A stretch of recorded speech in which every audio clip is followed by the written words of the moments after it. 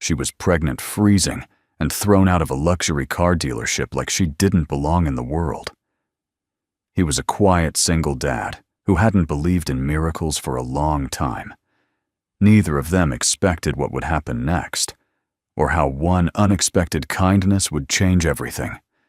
If stories of second chances and quiet acts of love speak to your heart, make sure to subscribe so you won't miss the ones still to come. Now let me tell you the story of the woman who remembered every engine and the man who helped her believe again. Noah Beckett didn't believe in signs. Not anymore. Life, as he knew it, had never come with warning lights or roadside flares. Things just broke. Like the alternator in the Honda Civic he was driving, rattling its discontent as he coasted toward the school drop-off line. Or like his marriage, which had fallen apart in whispers and hospital bills. Or like his faith, which had once been strong until it crumbled, the day Maggie's eyes closed for the last time. But that morning, something pulled at him. Maybe it was the bitter wind biting through his worn flannel jacket. Maybe it was the hollow quiet of his daughter. Abby, unusually still in the passenger seat, clutching her sketch pad like a life raft. Or maybe it was her soft voice, no louder than a breath, when she pointed and said, "Daddy, she looks cold." At first, Noah didn't see her, just the gleaming sign of the new luxury dealership, all glass and arrogance recently dropped into their humble Vermont town, like a spaceship with leather seats. Then he noticed her curled up near the curb in front of the Rolls-Royce showroom, a girl, no more than 30. Alone, pregnant. She wasn't panhandling, wasn't asking for anything. She just sat there, back pressed against the stone ledge beneath the frosted dealership window, arms wrapped around her swollen belly. Her coat was thin, her boots worn down at the heel. Her hair was tied back in a simple braid, strands escaping to brush against her cheeks, already raw from the cold. She was trying to disappear. Noah's truck idled. Abby looked at him. She didn't say anything else, but her eyes did. And it was enough. He pulled over Day inside. He told Abby, "I'll be just a minute." The snow crunched under his boots as he approached. He cleared his throat quietly, not wanting to startle her. "Hey, ma'am." "You okay?" The girl looked up, startled. She had the kind of face that made you pause. Not because it was beautiful in the traditional sense, but because it looked like it had lived 100 stories in silence.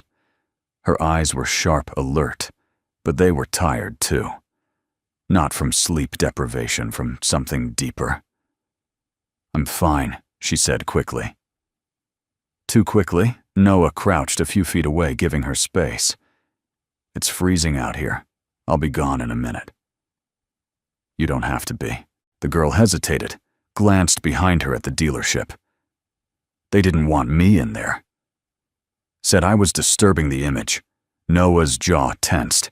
He looked up at the showroom glass, where behind the glare of polished metal and salesmen's grins, no one seemed to notice or care that a woman had just been thrown out into the snow like a piece of trash. He turned back to her.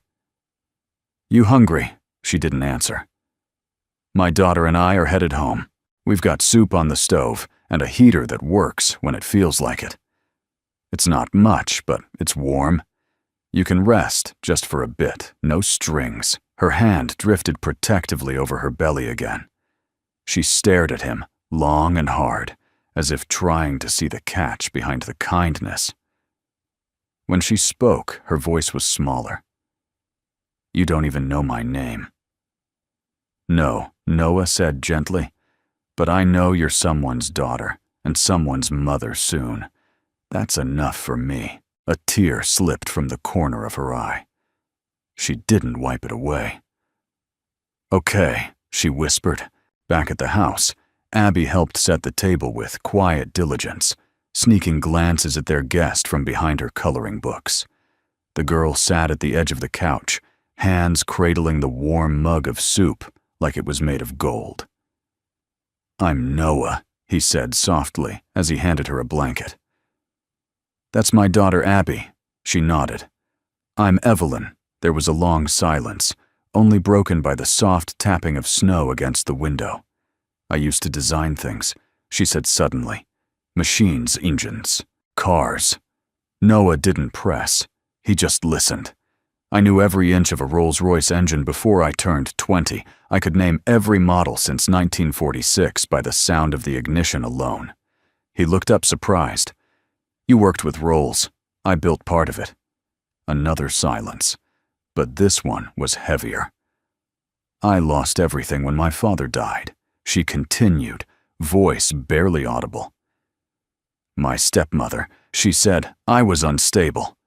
Got the board to vote me out. I didn't even fight her. I just left. Her hand went to her belly again. He said he loved me. The father said he'd be there. Then he disappeared when I told him. Noah sat across from her elbows, resting on his knees. I'm sorry. Evelyn nodded her eyes on the swirling steam of the soup. Sometimes I just want to see the cars again, not because they were expensive, but because they were part of my father. Part of the last time I felt like I belonged somewhere. The silence that followed wasn't uncomfortable. It was shared.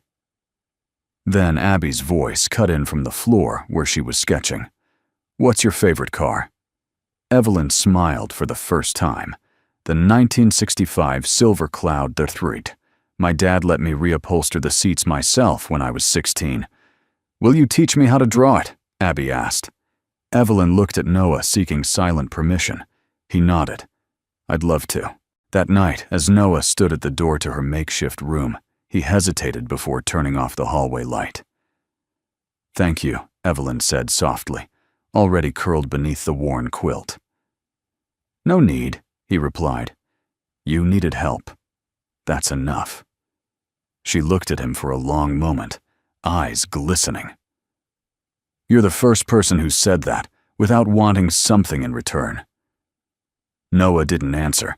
He just nodded once and walked away. The next morning, the house was still wrapped in the soft hush of early winter. Outside, the windows, snow clung stubbornly to the pine trees, muffling the world into a gentle silence. Inside, the quiet had weight, not uncomfortable, but full of presence. The kind of silence that settles between people who have lived through storms. Noah moved carefully around the kitchen, trying not to wake Evelyn. He didn't know how long she'd been sleeping before she came to his doorstep, but from the way she had sunk into the couch last night, like someone who hadn't let go in years, he figured she needed all the rest she could get.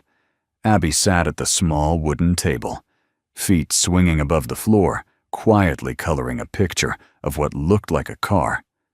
Her tongue poked out in concentration as she tried to get the wheels just right. She wanted to draw the silver cloud again, she whispered. Not looking up, Noah smiled faintly. Yeah. She said it had curves like a woman and an engine that hummed like a lullaby. He raised his eyebrows. She said that Abby nodded. I think she really loves cars. Noah turned back to the stove. The leftover vegetable soup from the night before simmered quietly in the pot, its scent warming the kitchen with something comforting. Familiar, he ladled some into a bowl and set it on the table along with a thick slice of bread. Just as he reached for a second bowl, a soft voice came from the hallway. That smells like something my dad used to make. Evelyn stood in the doorway, one hand on her belly, the other gripping the wall for balance. Her eyes were still tired, but there was a softness to her expression that hadn't been there yesterday. Noah gestured to the seat across from Abby. There's plenty. She hesitated for a breath, then crossed the room and sat down, slowly lowering herself with the caution of someone who'd learned to expect pain. Abby slid the drawing toward her. I tried the front grill, but it came out crooked. Evelyn smiled, taking the paper like it was something precious. It's beautiful. The Cloud 3 always had that regal tilt, makes it look like it's proud of itself. Abby giggled. Noah set the bowl of soup in front of Evelyn. Eat, no pressure to talk. But she did talk quietly between spoonfuls. She spoke of childhood Sundays, spent in garages instead of gardens. Of birthday presents, wrapped in grease-stained paper. Of the first time her father let her drive a test model down a private runway in Nevada, her hands barely able to reach both sides of the steering wheel. She spoke like someone revisiting a ghost, not out of fear, but out of reverence. After he died, she said softly, "Everything changed. I thought I had time to build my own things, time to grow into the role. But the board wanted someone more palatable. And my stepmother, she made sure they saw what they needed. To which was Noah asked gently, that I was fragile, unstable, emotional, dangerous to the brand. And were you?" She looked up at him. I was grieving. Noah nodded once. He understood that. Too well. Later that day, while Abby was at school and the snow had stopped falling, Noah walked out to the shed behind the house. It was more rust than roof at this point, but it still stood still. Sheltered tools and memories from a life that no longer fit. He needed to do something. Not to fix her. He couldn't fix grief. But maybe he could give her back a piece of what the world had stolen.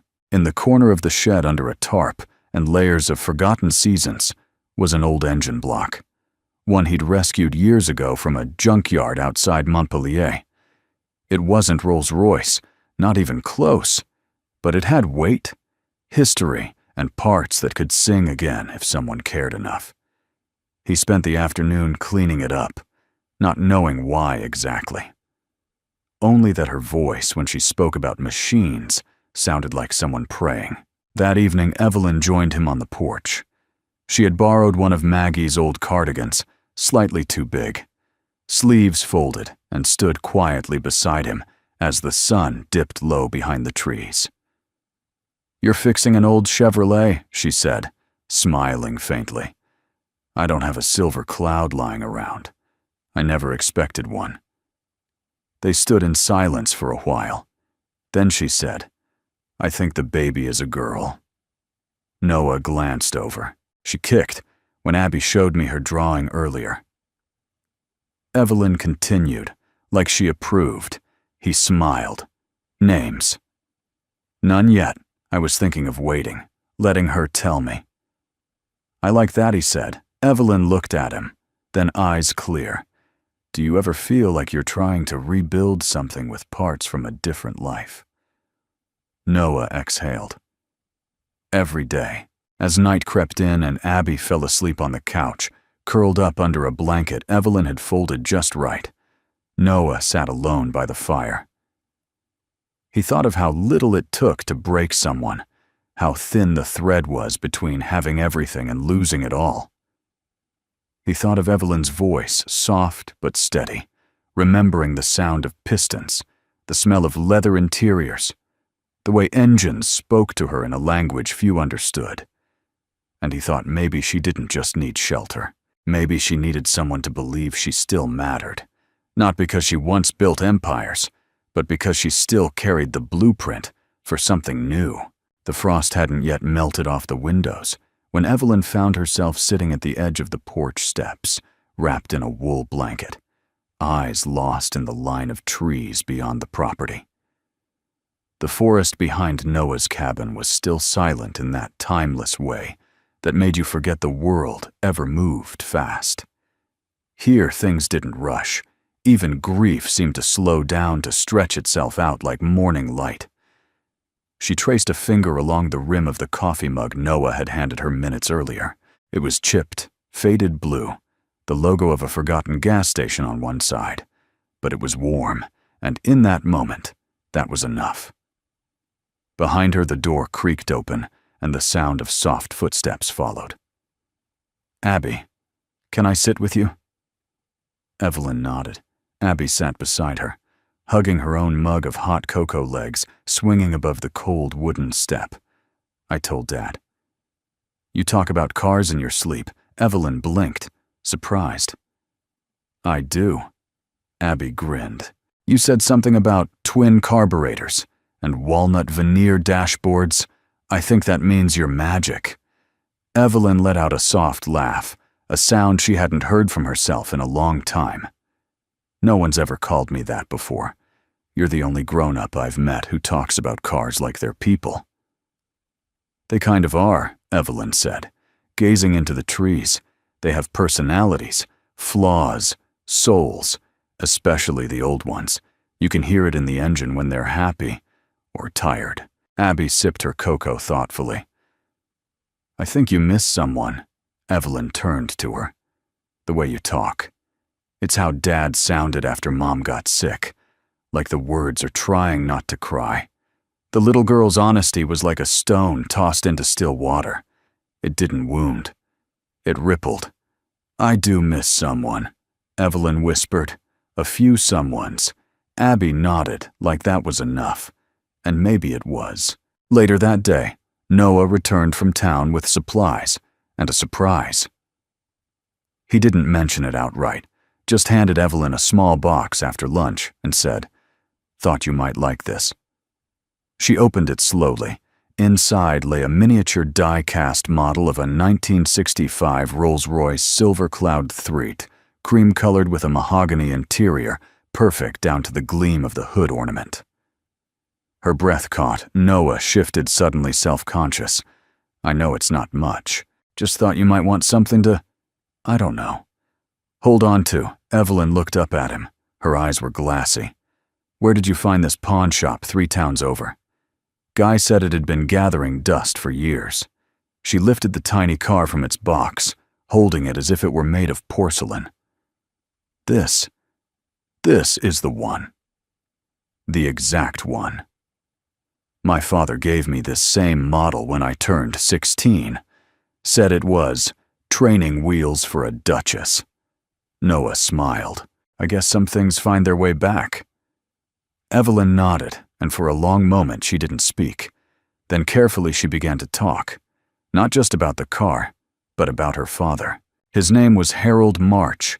To the automotive elite, he was a mogul. To Evelyn, he was simply Dad. He built his wealth, not from flash, but from craftsmanship, founding a small custom restoration company in the 80s that eventually partnered with Rolls-Royce North America. He believed in preserving the spirit of a car, not just polishing its chrome. He used to say, Evelyn recalled, "Some people inherit diamonds. You inherited pistons and wood grain." They spent years together in grease-stained garages and polished boardrooms. Evelyn had the mind for mechanics and the soul for style. She modernized their systems, designed custom interiors, and took over design approvals by the time she was 28. But then he got sick. She said, her voice thinning. Lung cancer. The fast kind. He didn't want chemo. Said he'd rather spend his final year hearing engines than machines. Beep. Noah listened in silence. When he died, everything shifted. My stepmother had waited for that moment. Said I was emotionally compromised, that I wasn't ready for leadership. She staged a vote of no confidence. Said I needed time away. And just like that, I was out. She looked at Noah, then not with bitterness, but with the kind of quiet ache that lingers after a long fight lost. I didn't even take anything with me. I just walked out, and I never looked back until now. That evening, Evelyn returned to the small art table where Abby kept her crayons and drawings. She placed the model car gently beside the girl's latest sketch, a vibrant blue sedan with star decals. Abby looked up. "Can I draw yours next?" Evelyn smiled. "Only if you get the headlights just right." The Cloud the 3 had the most elegant tilt, like raised eyebrows on a very amused queen. Abby giggled and picked a pencil. Noah watched from the kitchen, leaning quietly against the doorframe. Something in his chest shifted, not in a dramatic cinematic way, but in a slow, warming thaw, like the ice on the roof after a long freeze. He didn't know exactly who Evelyn March used to be in the world outside. But here, in this home, she was becoming someone else. Someone who didn't need a title or a company to feel seen. And maybe that was enough. The snow began to melt 2 days later. It wasn't much, a few shy drips from the edge of the roof, a hint of brown reappearing in the yard. But it was enough to send Abby racing out the front door, in her boots, arms, flailing cheeks flushed with winter's breath. Noah watched her from the window, coffee in hand, eyes shadowed with the same quiet hope that visited each spring. Behind him, Evelyn folded a dish towel and hung it neatly on the oven handle. She'd taken to helping in the kitchen each morning, small habitual things, folding napkins, stirring the soup, rinsing vegetables. She didn't ask. She just did it, as though order was the only thing keeping the pieces of her life from scattering again. "She's been smiling for," Evelyn said, nodding toward the window. Abby, Noah asked. Evelyn nodded. "She's resilient," he replied. "Always has been. Like her father." She added. Noah gave a modest shrug. "I'm just figuring things out as I go." "You're doing more than that." Their eyes met briefly. Then he looked down, swirling his coffee. Compliments still sat awkwardly on him like a borrowed coat. That afternoon, Noah drove into town to pick up supplies, and Evelyn volunteered to stay back with Abby. They ended up in the shed. Abby's idea, naturally. She wanted to draw real metal things, and the rusting Chevrolet engine Noah had unearthed was a perfect muse. But Evelyn didn't just stand back and supervise. She knelt beside it, sleeves rolled up, fingertips brushing along the valve covers like they were Braille inscriptions. There was reverence in the way she moved, like a priestess before a forgotten altar. "What's that part?" Abby asked, pointing. "That's the intake manifold, and that the carburetor. It mixes the air and fuel before it goes into the engine. You talk like it's alive," Abby said. Evelyn smiled faintly. "Machines are honest. They don't pretend. When they break, they tell you. When they run, well, you can feel it." Abby thought about that. People aren't like that. "No," Evelyn agreed softly. "People lie, even to themselves." She didn't mean to say it aloud, but once the words were out, they hung there, undeniable and raw. Later, as the sun dipped below the pines, Noah returned to find both of them in the shed. Abby had grease on her cheek, and Evelyn's hair was tied back with a red bandana. The sight hit him unexpectedly, so familiar, so ordinary, that it twisted something in his chest. Maggie used to look like that in this shed. Not in appearance, but in presence. Comfortable, rooted. "Real, she taught me about engines today," Abby chirped, running to hug him. "We didn't even break anything." Noah laughed, tousled her hair, then glanced at Evelyn, who was wiping her hands with a rag. "She's got a good touch," Evelyn said. "Curious hands. Not afraid to get dirty." Noah nodded, then hesitated. "You didn't have to." "I wanted to," she interrupted gently. There was a pause. A moment, heavy with things unspoken. "Thank you," he said, finally. "For what?" "For being here." Evelyn looked at him, really looked, not the way people glance past each other in grocery stores or parking lots, but the way you study something you thought was simple and realize it isn't. "You don't need to thank me." "Noah, I do." That night, the wind howled across the roof as a cold front pushed in. The kind of wind that made old walls creak and windows shudder. Inside, the fire cracked warmly, and Evelyn sat curled on the couch, her hands resting over her belly like a gentle guardrail. Noah brought her tea. She didn't drink it right away. "Do you ever miss her?" she asked suddenly. He didn't answer right away. "All the time," he said. "I think I'm starting to forget the sound of my father's voice." Noah sat across from her, one hand cradling his mug. "You won't," he said softly. "It just changes, becomes quieter. But it's there, in how you stir soup, or the way you remember the weight of a steering wheel, or how you breathe when you laugh." She looked at him, tears welling. "What if I'm not ready to be someone's mother?" Noah leaned forward. "Then you'll become her anyway. One day at a time." At midnight, Evelyn couldn't sleep. The baby was kicking hard strong, like she was knocking on the inside of the world. She wandered into the living room where Noah had fallen asleep in the armchair, an open book resting on his chest. The fire had dimmed to glowing embers. She didn't wake him. She just stood there, hand over her belly, staring at the man who had offered nothing but kindness from the very first moment. No questions, no judgment. And it occurred to her, maybe grace doesn't roar. Maybe it just shows up quietly with a bowl of soup and a blanket. The forecast hadn't warned them. No red banners, no storm alerts screaming across the radio. Just a silent drop in temperature and a sky that darkened too early too quickly. By sundown, the wind had a bite to it. By 7, it was snarling. Inside the cabin, Evelyn stirred the stew, while Noah mended a torn glove by the fireplace. Abby had fallen asleep beside the hearth, wrapped in a patchwork quilt, her face peaceful in the amber glow.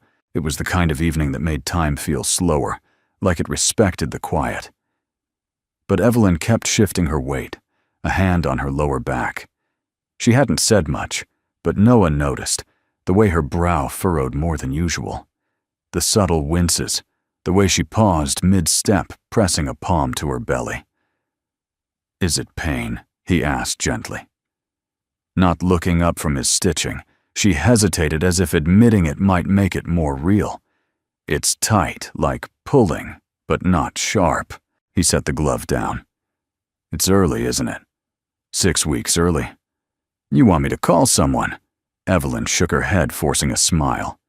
"It's probably Braxton Hicks' false contractions. They come and go, but they didn't go." By 9, the wind was howling, snow had begun to fall in heavy spirals, and Evelyn was gripping the back of a kitchen chair, trying not to cry out. Noah didn't wait for permission. He grabbed his coat, gently, lifted Abby into the truck, and returned to help Evelyn. She protested half-heartedly through clenched teeth, but he wrapped a scarf around her, lifted her into the passenger seat, and slammed the door shut behind her. The heater wheezed. The windshield wipers smacked against sleet. The road vanished beneath white silence. They hadn't gone more than a mile when the truck sputtered, then coughed, then stopped. Noah cursed under his breath. He turned the key again. "Nothing Tartar's frozen," he muttered, hitting the steering wheel. Once Evelyn leaned back in her seat, her face pale and tight with tension. Abby stirred in the back, blinking sleepily. "Are we stuck?" "Just for a minute, sweetheart," Noah said quickly. He stepped out into the storm. The wind whipped his face, cutting through his jacket like paper. Under the hood, he fumbled with frozen cables, his fingers going numb fast.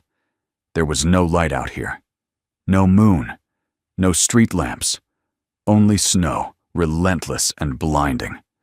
Back inside, Evelyn tried to control her breathing. She didn't want to scare Abby. She didn't want to scare herself. But then came the sharp pull.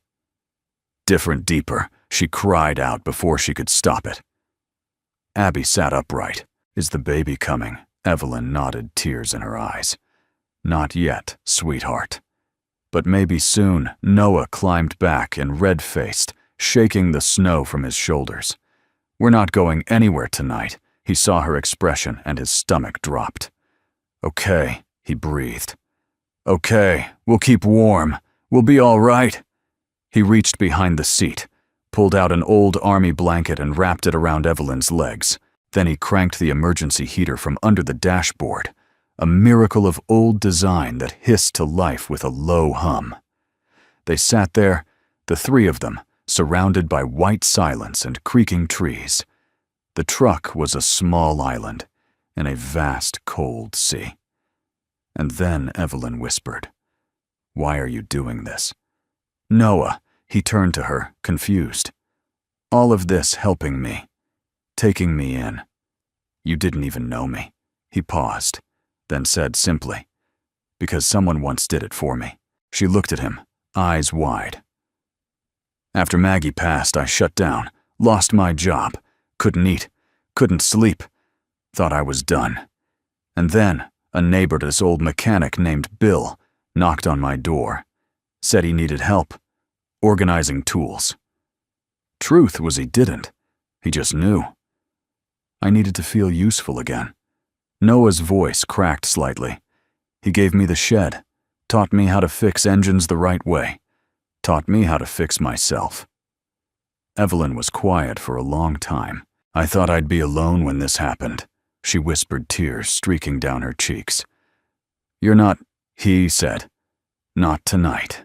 Time passed strangely after that. Minutes felt like hours. Snow kept falling, but then the heater gave a sputter and died. Noah exhaled through his teeth. "We've got body heat. That'll have to be enough." He climbed into the back seat with Abby holding her close to his chest. Evelyn leaned forward, groaning again. "Is it worse?" he asked. She nodded, but not constant. "I think it's just the baby, moving, getting ready." He took her hand. It was cold, but not empty. They sat that way for what felt like forever. 3 souls breathing in rhythm with the storm, finding warmth in each other. Outside, the wind shrieked inside. Evelyn closed her eyes and whispered something. Noah leaned closer. "What is it?" She opened her eyes, glassy and soft. "I'm naming her Hope." He swallowed the lump rising in his throat. "Yeah," he whispered. "That fits." The morning sun rose with quiet apology. It bathed the snow-covered trees in soft gold, warming the cabin windows like a promise after a night too cold for words. Inside the truck, everything was still. Evelyn stirred first. Her eyes blinked open slowly, disoriented by the crust of frost along the windshield, the heavy silence, and the weight of Noah's coat still draped over her like armor. Her hands instinctively moved to her belly. The baby had settled. The worst had passed, for now. She turned her head. Gently. Noah was slumped against the door, chin-to-chest arms wrapped protectively around Abby, who slept soundly on his lap. The picture was rough and beautiful. A man who had nothing giving everything Evelyn wanted to cry, but her tears had frozen somewhere deeper than skin. By late morning, a plow truck spotted them and radioed in for assistance.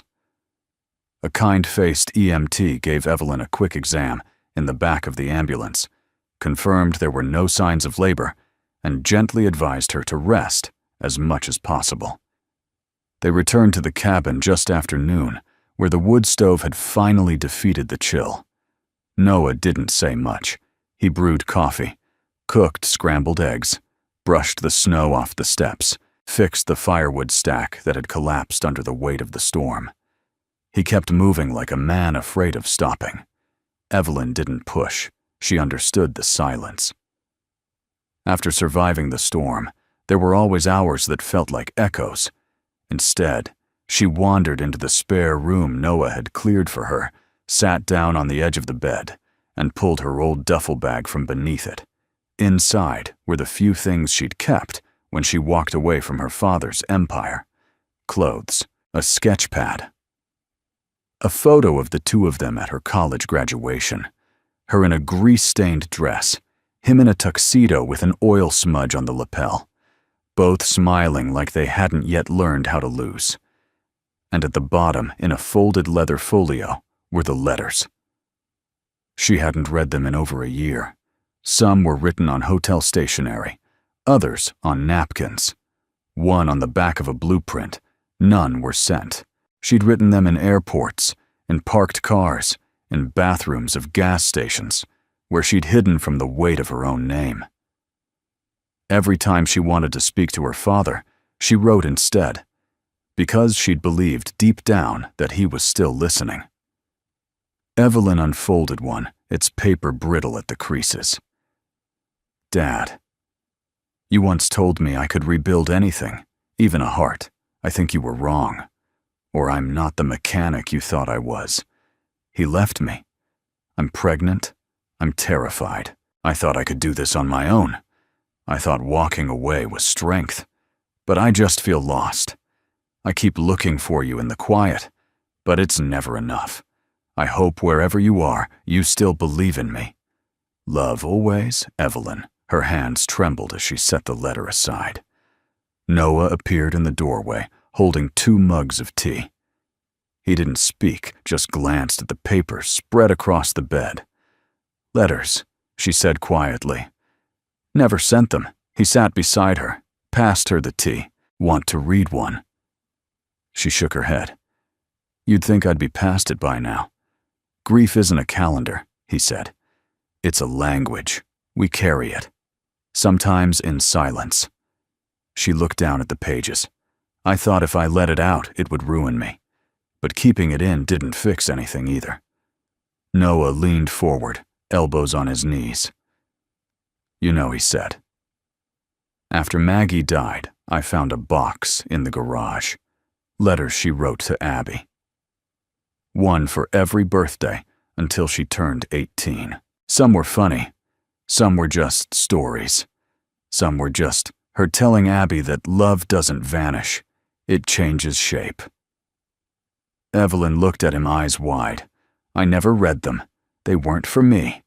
But just knowing they were there, it helped. Made me feel like she was still trying to love. Even from a distance, Evelyn placed the letter gently on the quilt. I wish I had that kind of courage. Noah turned to her. You do. You stayed. You didn't run when it got hard. That's what courage looks like. That night, Evelyn stood on the back porch, wrapped in a blanket staring at the stars. Noah joined her, quietly. Hands deep in his coat pockets. I never thought I'd end up here. She said, I didn't either, he replied. They stood in silence for a long moment, the snow glistening around them like the world had been dusted in forgiveness. Then she asked, Do you believe people get second chances? Noah's answer came slowly, but without hesitation. I don't think it's about deserving them.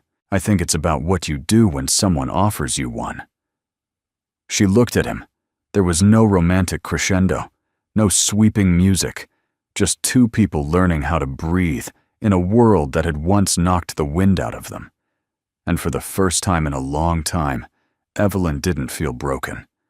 She felt rebuilding. The following morning arrived with rare clarity. The storm had passed. The sky, once gray and heavy, now stretched in a soft blue arc over the trees, as if the world itself had been washed clean. Evelyn stood in front of the mirror in the guest room, smoothing the cardigan over her belly. Her reflection startled her, not because she looked different, but because for the first time in months, she looked like someone real again. Less ghost, more grounded. The knock at the door came at 9:14 a.m. It was not the sound of hesitation. 3 firm raps, then silence. Noah opened the front door, expecting a delivery, or maybe a neighbor. What he found instead made his fingers tighten instinctively around the edge of the frame. A Rolls-Royce Phantom the Mate, midnight blue and polished like a mirror, idled in front of the cabin. A uniformed chauffeur stood by the rear passenger door, and stepping out into the crisp morning air, heels clicking softly on the gravel drive, was a woman in a wool coat with sable-trimmed sunglasses, perched perfectly on her high-bridged nose. Her posture was regal, her face carved from the same stubborn elegance Evelyn carried. "May I speak to Evelyn March?" the woman asked with the faintest trace of an English accent. Noah turned his head slightly. "May I ask who's calling?" The woman extended a gloved hand with a card. Margaret Winslow-esque, Estate law, London and New York. I represent the private legal affairs of the late Mr. Harold March. No blinked. Her father, yes. Evelyn stood at the top of the porch stairs, frozen. She hadn't heard that name spoken aloud by anyone but herself in nearly 2 years. Margaret looked up at her, removed her sunglasses and studied her face. You are difficult to find. Evelyn's voice was steady. That was the point. Noah stepped aside, and Margaret ascended the stairs with surprising grace for a woman in heels on packed snow. She stopped 3 feet from Evelyn and opened her handbag. There's been a complication, she said, quietly pulling out a sealed envelope. Evelyn didn't take it. Margaret continued. Your stepmother, as it turns out, filed false medical declarations. There was never a clinical diagnosis of instability. No psychiatric report. Just the illusion of one. Evelyn's stomach tightened. I knew that. Yes, but now we can prove it. She held the envelope out again. This is a certified copy of your father's final will and testament. The real one, not the one doctored and filed by Ms. Leland. This one names you as the sole beneficiary of all personal and corporate assets. Evelyn reached out slowly, taking the envelope like it might burn her. She didn't speak, her garret softened just a little. Your father never stopped believing in you. He left me specific instructions to locate you, regardless of where you'd gone. Evelyn's voice cracked. He knew I'd leave. He knew you'd come back on your own terms. Inside the cabin, the air was still, as Evelyn stared at the thick paper spread across the kitchen table. Legal documents, letters of confirmation, ownership, transfers, bank authorizations. Her name printed over and over in bold serif font. It didn't feel like a victory. It felt like standing in the middle of a road. You swore you'd never walk again, only to realize it still remembered your footprints. Noah sat across from her, quiet. I thought I didn't care about any of it, she whispered. I thought leaving it behind meant I was free. He waited, but part of me missed knowing who I was. You never forgot, he said. She looked up. What if I go back?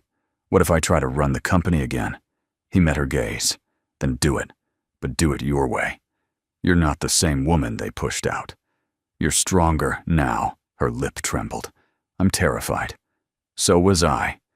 The day Maggie died, the first night alone with Abby. Every time I thought I wasn't enough, but I kept going. You will too. Margaret stood at the door, coat buttoned, gloves back on. The chauffeur waited patiently by the car. You should know, she said gently. We've arranged a formal press release. The board will step down once you accept, but the choice is yours. Evelyn nodded slowly, then asked, would you give me a few days? Of course, Margaret paused. And Ms. March? Welcome home. That evening, Evelyn didn't go to bed. Instead, she walked alone to the shed out back. The stars were out. The cold bit at her fingers, but she didn't care. She ran her hand over the old Chevrolet block Noah had been tinkering with. Her fingers found a wrench. She gripped it tightly. Familiar weight. Familiar purpose. Then she did something she hadn't done in months. She worked, slowly, carefully, unscrewing rusted bolts, cleaning, listening. She wasn't just touching metal. She was remembering who she was. Not just the daughter of a legacy. Not just a woman who had been thrown out, cast aside, made to doubt her sanity. She was the one who built. Noah found her there an hour later. He didn't say anything, just leaned against the doorframe, watching her in the soft lamplight. Sleeves, rolled hair pulled back, eyes focused. You missed dinner, he said gently. She looked up, smiling. I didn't miss it, I just needed this. He nodded. Thought you might. She set down the wrench, walked to him slowly, and without a word she wrapped her arms around him, not because she was lost, but because she was found. The next morning arrived with a silence that felt different, less like a hush and more like a pause, before something important. Evelyn woke early, the sun barely cresting the trees, and stood for a long time at the cabin's small kitchen window, cradling a mug of tea that had gone cold in her hands. In her mind, the conversations replayed, her stepmother's betrayal, Margaret's arrival, the offer on the table, her legacy returned intact, waiting for her signature. She had always thought that when the moment came she would feel triumphant, but instead, all she felt was stillness. Noah entered the kitchen, rubbing sleep from his eyes, his flannel shirt half-buttoned, and his hair tousled. "You slept," noticed she replied. He poured coffee, then joined her by the window. "You've been quiet. I'm trying to hear myself think." And she looked at him, still working on it. Noah didn't push. That was something she'd come to admire. He never asked for more than she was ready to give. They stood side by side for several minutes, saying nothing. Then she whispered, "I'm scared to go back." He looked over because of them. No, because of who I was and who I'm not sure I still am. Noah nodded slowly. "You don't have to be the same version of yourself to deserve your place. You earned it." They just finally remembered. She exhaled, setting the cold mug down. Margaret said the board would step down if I returned, that I'd have full control. But that world feels so far away now. Maybe that's why you'd do it differently this time. She turned to him. "Do you think I should go?" Noah was quiet for a moment, then said, "I think you should do what makes you feel alive, not just what makes sense on paper." She stared at him, eyes searching, and in that stillness, she realized something. Noah hadn't just offered her safety. He'd given her space to become someone new, someone whole. Later that day, Evelyn took Abby into town for hot chocolate and art supplies. The snow had begun to melt in earnest, leaving the sidewalks wet and the air filled with the scent of thawing pine. It was their first real outing since Evelyn had arrived, and it felt normal. Abby insisted on sitting by the window at the local diner sketchpad, open coloring in the latest version of a futuristic Cloud 4. Evelyn sipped her tea and smiled at the waitress, who remembered her name from childhood. "You've been away," the woman said kindly. Evelyn nodded, "Longer than I meant to be." The waitress glanced at Abby. "She yours?" Evelyn hesitated. "Not exactly, but maybe someday." It wasn't until the words left her mouth that Evelyn realized what she meant. She wasn't just thinking of Abby.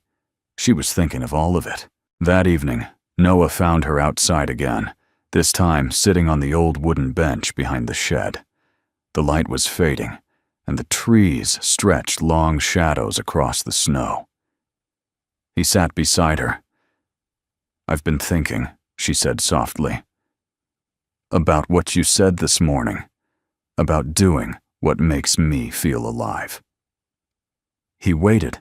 "I think I want to go back, not to prove anything, not to take revenge, but to rebuild what my father believed in, his values, his integrity, and maybe to create something better for the next generation." Noah nodded. "Sounds like you found your answer." She turned to him. "But I don't want to leave here." He looked confused. "You mean Vermont?" "I mean this. You Abby, the quiet, the honesty. I don't want to go back to a life that steals this from me." Noah's voice was low. "Then don't." "But how?" "The company is in Manhattan, the meetings, the media. It'll all come rushing back."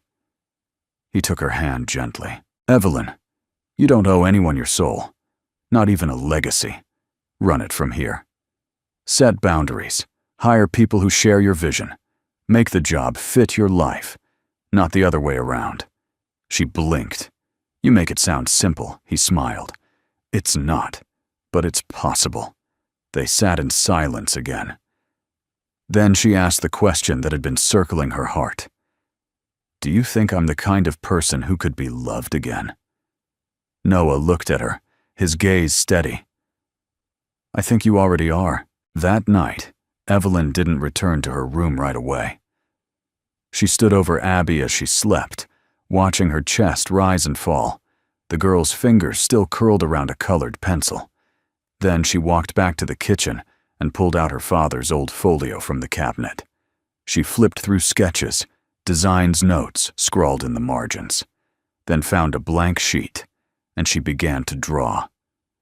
Not a car, not an engine, a house with a porch, a big bay window, a garage, a swing set, and a tall man with a beard, and a little girl in rain boots standing in front. In the corner, she wrote 2 words: "Hope's home." The days that followed moved slowly, tenderly, like pages of a well-loved book being turned with care. There were no headlines, yet, no press releases, no boardroom summons or battles for control. Only quiet mornings, shared coffee, soft conversations, and the subtle magic of everyday grace. Noah had begun fixing the rusted mailbox at the end of the driveway. It was the kind of task that didn't matter to the world, but somehow mattered here. He worked without rush, as though each turn of the wrench was an act of restoration, not just of the metal, but of the man himself. Inside the cabin, Evelyn moved with an ease she hadn't known in years. She still woke early, still checked the window as if the world might suddenly change its mind and take everything back. But each time she saw the familiar pines and heard Abby's footsteps in the hallway, something in her steadied. That Thursday afternoon, Evelyn and Abby sat on the floor of the living room, surrounded by markers, watercolor brushes, and half-finished drawings. Abby had insisted on painting portraits of feelings, which apparently meant lots of swirls and blobs, and one ambitious attempt at what she called the color of joy. Evelyn laughed as the little girl held up a mess of yellow and blue streaks. "I don't know what it is," Abby admitted, "but I think it's happy. I think it is." "Too," Evelyn said gently, smoothing a strand of hair from the girl's cheek. Then, without warning, she froze. Her hand shot to her belly. It wasn't painful, it wasn't alarming, but it was sudden and new and unlike anything she'd felt before. A flutter, a movement, a knock from the inside of the world. Abby noticed instantly. "What's wrong?" Evelyn's mouth opened, then closed, then opened again. She kicked. Abby gasped. She what? She kicked. Evelyn's eyes filled with tears. Not out of fear or pain or panic, out of wonder.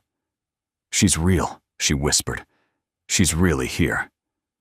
Abby scrambled closer, placing a small hand on Evelyn's belly. "Can I feel her?" She might do it again, where they sat, still. Silent. Then another nudge. Soft. Sure, Abby's eyes widened. "She's strong."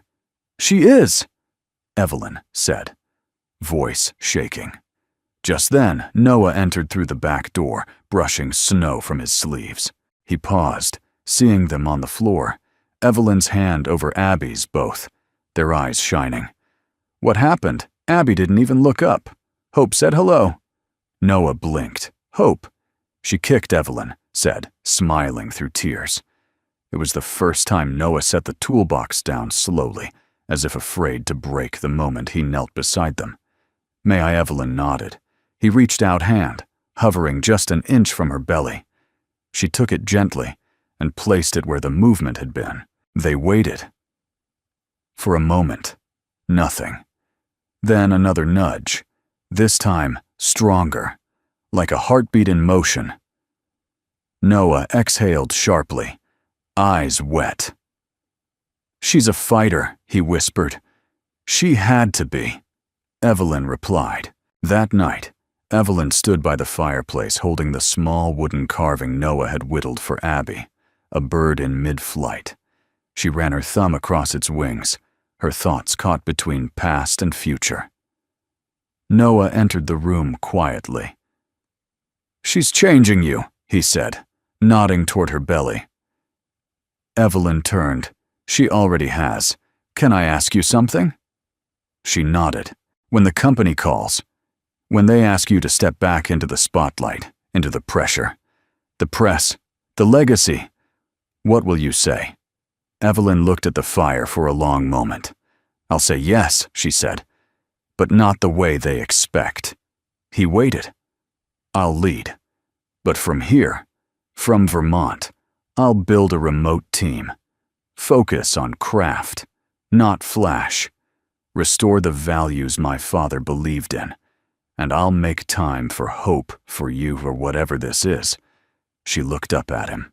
"I've been asked to choose between my life and my legacy before. This time, I choose both." Noah smiled. Soft, proud, amazed. "I think your father would be proud." Evelyn stepped closer, placing the bird on the mantel. "I think he already is." Then she did something she hadn't done in a long time. She took his hand, placed it gently over her heart, and leaned in. No words, no questions. Just two people wounded, but wiser, learning how to begin again, together. The town of Hemlock Ridge was the kind of place where everyone remembered your grandfather's dog and still brought pie to new neighbors. It didn't move fast. It didn't pretend to be anything other than what it was, familiar, modest, real. For Evelyn, it had once been a backdrop of childhood summer visits. Sunday ice cream, the echo of her father's laughter bouncing off the hills. But now, it had become something else entirely. It had become a beginning. The town's annual Winter's End Festival fell on the first Saturday of March. The snow hadn't fully melted, but the sidewalks were clear, and the trees along Main Street were strung with lanterns. Booths lined the sidewalks, homemade jams, quilts, woodcrafts, and rusty tractors shined up for display. Noah had been asked to restore an old fire truck for the town museum, and it now sat proudly near the square, painted in rich cherry red, with a gold-lettered plaque bearing his name. He didn't boast about it, but Evelyn had noticed how he stood beside it a little straighter. When people walked by, Abby wore a blue knit hat with a pom-pom, proudly dragging Evelyn by the hand, from booth to booth, introducing her to everyone. "This is Evelyn. She helped me build a model car and taught me what torque is." People smiled. They nodded. They welcomed her without hesitation, without agenda. And Evelyn realized this place didn't need to be impressed. It just needed to be included. That afternoon, Evelyn stood by Noah as he adjusted a loose bracket on the truck's side panel. "I used to go to events like this in high heels and rented smiles," she said. He chuckled. "I don't see you giving that speech in a barn anytime soon." "Maybe I should," she replied, wiping her hands on a borrowed rag. Maybe they'd listen better, without crystal chandeliers buzzing overhead. He looked at her. "You thinking of staying?" She turned to face him. "I already have." At 3 o'clock, the town held its annual Blessing of the Crafts, a tradition where community members could bring something they had made, or restored, and share the story behind it. Evelyn hadn't planned to participate, but Abby had other ideas. She tugged on her coat. "You have to show them the car." "What car?" Evelyn asked, smiling. "The little Rolls Royce you fixed up for me. The model and the drawing you made of the new garage. You said it was the start of something." Evelyn hesitated, then nodded. She placed the small die-cast Rolls Royce on a wooden pedestal and unfolded the drawing she'd made just days ago. The garage, the porch, the house where legacy met life. When the mayor handed her the microphone, she swallowed hard, then breathed. "I used to think success had a sound." She began, the roar of engines' applause in conference halls, champagne popping in hotel rooms. But I think I was wrong. She looked at Noah, at Abby, at the faces gathered with wool coats and kind eyes. Sometimes success is the silence of a small town that makes space for you when you're lost. Sometimes it's a child's laughter in a place you didn't plan to be. And sometimes it's the sound of a baby kicking, reminding you that there's still more to come. There was a pause. A long, beautiful pause. I came here trying to forget who I was, but I remembered something better, who I want to become. Someone clapped, then others followed, not politely but earnestly, and Evelyn felt it, not approval, belonging. That night, back at the cabin, Evelyn found Noah on the porch oil lamp, casting soft shadows across his face. She stepped beside him, hands deep in her coat pockets. "I said something today," she murmured, "and I meant it." He turned to her. "I don't want to go back to just being Evelyn March, CEO, or heiress, or design visionary. I want to be Evelyn the mother, the teacher, the woman who builds something real." Slowly, on her terms, Noah reached into his jacket and pulled out something small. It was a key, old brass. Worn smooth, he placed it in her hand. "What is this?" He smiled. "The deed came through this morning. The old automotive barn on Maple Street. It's yours now. Or rather, ours." She stared at him. Stunned. "I used my savings. Figured we could turn it into something new. A restoration shop, a design studio, a classroom for kids who want to learn but can't afford tuition in the city." Evelyn stared down at the keyheart thudding. "You did this for me." "No." He said, "I did it for us, for what comes next." And then he said something she never expected. "I want to build a life with you." Evelyn, not one of grand entrances and magazine covers, but one of small mornings, good work, and hope. Hope. The baby kicked again, and this time she smiled through the tears. Spring in Hemlock Ridge didn't arrive with trumpet blasts or grand declarations. It crept in gently melted ice, trickling along the edges of driveways, the quiet return of birdsong, the soft budding of trees, daring to believe in warmth again. In many ways, it mirrored the life Evelyn was building. There was no red carpet rolled out for her. Return to Rolls-Royce. North America. No photo ops or magazine spreads. She declined all of it. Instead, a quiet press release went out. Evelyn March to resume leadership. Core values, craftsmanship, and community at the heart of her return. And that was all she needed. The rest, the real story, was unfolding. Not in New York, but in a sun-dappled automotive barn on Maple Street, where sawdust floated like magic, and engines sang again under the hands of second-chance mechanics and wide-eyed kids with oil on their cheeks. The shop had opened just 3 weeks prior.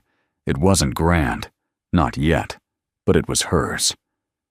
The old barn had been gutted and restored, the front doors painted navy with a golden insignia etched above Hope's garage, restoration for machines and people alike. Inside, a workbench ran the length of the wall, framed photos of vintage Rolls models hung above it, each one accompanied by a small plaque, designed with Dad, rebuilt, with love saved in snow. In the far corner stood the engine block Noah had rescued that first week, now polished, running alive, and beside it a new addition, a tiny bassinet hand-built from reclaimed wood, rocking gently as if it too were breathing. Hope had arrived 6 days earlier. She came into the world on a Tuesday morning, all dark curls, and a cry like defiance. Evelyn had held her with trembling hands, tears streaming down her cheeks, whispering again and again, "You're safe. You're safe now." Noah hadn't left her side. That first night home, Evelyn walked the floor of the nursery, barefoot, cradling Hope to her chest.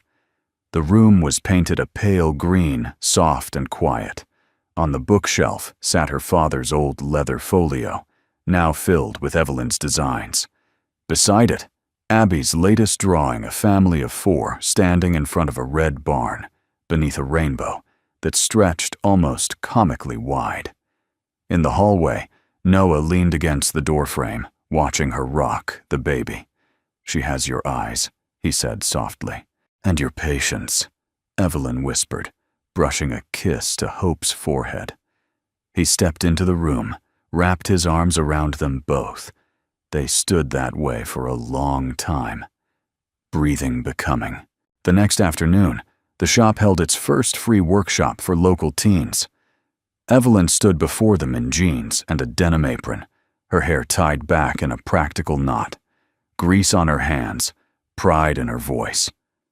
"Welcome to Hope's Garage," she began, "where we fix more than just engines." The kids laughed nervously. Some nodded. One boy raised his hand. "Is it true you designed the Phantom Coupe that broke the world auction record?" Evelyn smiled. "You're no to what so, but it's also true that I burned out, lost my way, and had to start over in a shed with a frozen radiator." The room went still. She continued, "And that's the part that matters more, because failure isn't the end. It's just the last step before something better, if you let it be." From the corner, Noah watched, arms crossed, eyes proud. Abby sat beside him holding Hope's tiny hand in hers. "I think she's going to be someone important," Abby whispered. "She already is," Noah said. That evening, as the sun dipped behind the mountains, the four of them sat on the porch. Evelyn rocking, Hope Abby reading aloud from her sketch pad, and Noah fixing a loose slat on the railing. The air smelled of lilacs and warm pine. "I never thought I'd get this," Evelyn said quietly. This, Noah asked, a life that wasn't measured by output or performance, a life made of quiet mornings. Meals. We cooked ourselves, people who stayed. Noah placed his hand over hers. "You earned it." Evelyn turned toward him, her voice barely a breath. "Thank you for seeing me before the world did." He smiled. "You showed up before I even knew I was waiting." Then, without a word, they both looked out across the property toward the barn, the trees, the winding road that led away, and also somehow always led back. Inside the house that night, Evelyn wrote in her journal, "This morning, Hope held my finger for the first time. It wasn't a reflex. She looked up. She knew I used to think love came fast and loud, but I was wrong. The deepest love I've ever known showed up slowly, with tools and tea and kindness." "I didn't think I deserved." She closed the notebook, and then she whispered aloud to the quiet room, to her father, to the life she left behind, and the one she'd found again. "I remember who I am now." Outside, the stars blinked awake, and from the shop, in the stillness of night, an engine turned over, not loudly, but surely, a soft purr, the sound of something old, becoming new. If this story touched your heart like it did mine, I'd love to know where you're watching from. Drop a comment and share your thoughts. It's always a joy to hear your voice and connect with you wherever you are in the world. And if you'd like more stories like this, filled with hope, kindness, and quiet miracles, feel free to subscribe. No pressure, just a warm welcome, waiting for you anytime. Thank you truly for spending your time with me today. Until next time, stay well, stay kind, and remember, the smallest acts of love often lead to the biggest changes.